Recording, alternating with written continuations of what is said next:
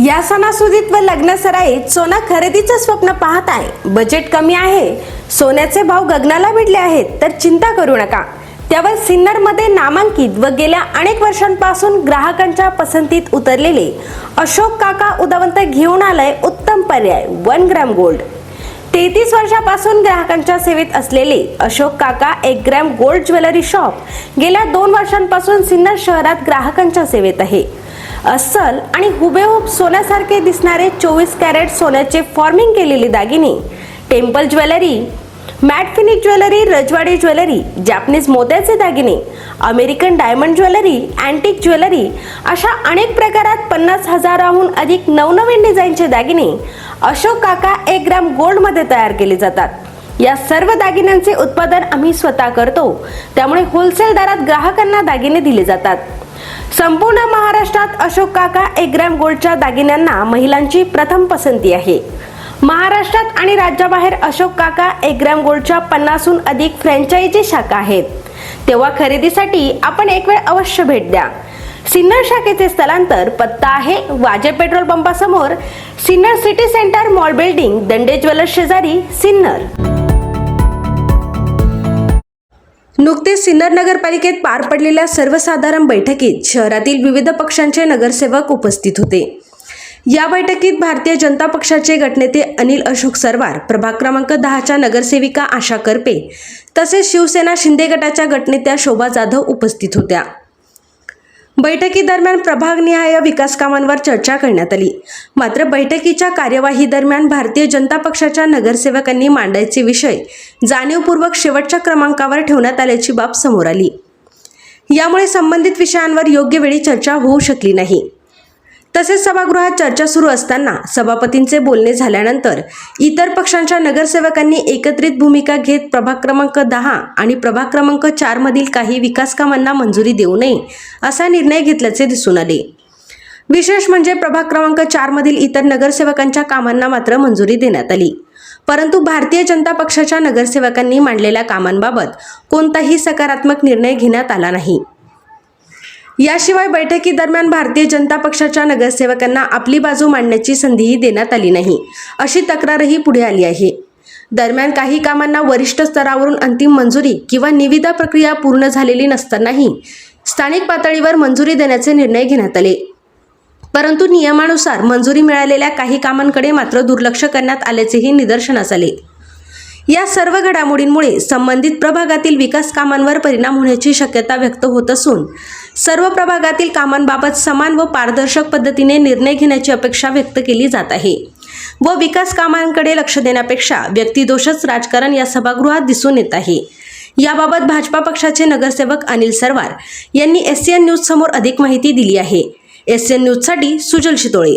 आज Sinnar नगरपालिकेची general body meeting आयोजित करण्यात आलेली होती आणि या जनरल बॉडी मीटिंगमध्ये सर्वच नगरसेवकांनी आपल्या आपल्या प्रभागातील कामे मंजुरीसाठी सभागृहासमोर ठेवलेली होती.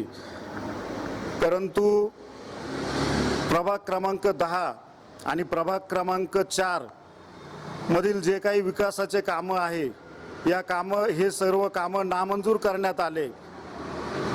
खरं तर या सर्व कामांना खरं म्हणजे विकास निधी मंजूर झालेला होता. आदरणीय आमदार मंगेशदादा चव्हाण असतील, त्याचबरोबर गिरीश भाऊ महाजन यांनी या प्रभागामधील कामांसाठी मोठ्या प्रमाणात निधी उपलब्ध करून दिलेला होता. परंतु व्यक्तिदोषातून आदरणीय उदय भाऊ सांगळे यांना विरोध म्हणून यांच्या प्रभागातील जे काही नगरसेवक आहे यांचे कुठलेही कामं मंजूर करून द्यायचे नाही, अशा या व्यक्तिद्वेषातून सर्व कामं नामंजूर करण्यात आलेले आहे. खरं म्हणजे सभागृहात मी याविषयी विचारणा केली, परंतु अध्यक्षांकडून याबाबत कुठलंही समाधानकारक उत्तर मिळालेलं नाही आहे. खरं म्हणजे सर्व सिन्नरचा विकास हे धोरण गेल्या काही दिवसापासून सर्व नगरसेवक, अध्यक्ष, उपाध्यक्ष या ठिकाणी सांगत होते की निवडणुका झाल्या, आता आम्ही सर्व एकत्र आहोत, सिन्नरचा विकास करायचा आहे. परंतु आज या ठिकाणी राष्ट्रवादी गटाकडून, त्याचबरोबर उभाटा गटाकडून आमचे जे काही कामं या ठिकाणी आम्ही टाकलेले होते, जो काही निधी मंजूर असलेल्या कामांना विरोध करण्यात आलेला आहे, हे सर्व जाणीवपूर्वक करण्यात आलेलं आहे. माझी या सर्वांना परत एकदा माझी अशी विनंती, या सर्व गटनेते असतील, नगरसेवक असतील यांना, की आमच्याही प्रभागातील जे काही नागरिक आहे यांनी तुम्हालाही मतदान केलेलं आहे आणि खरं म्हणजे या दोनही प्रभागामध्ये खूप मोठ्या प्रमाणात गेल्या अनेक वर्षापासून विकास झालेला नाही आहे.